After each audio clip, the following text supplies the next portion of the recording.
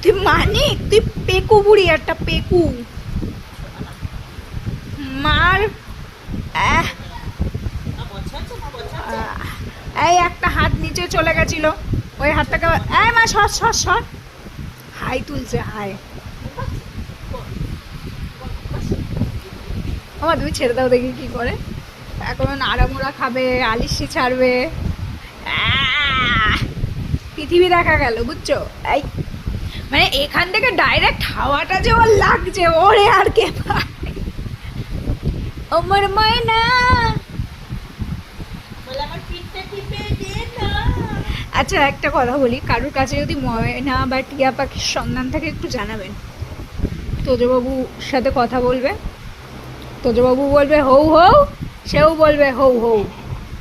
তো টিয়া পাখি এসে বলবে ওমা ওমা হৌ হৌ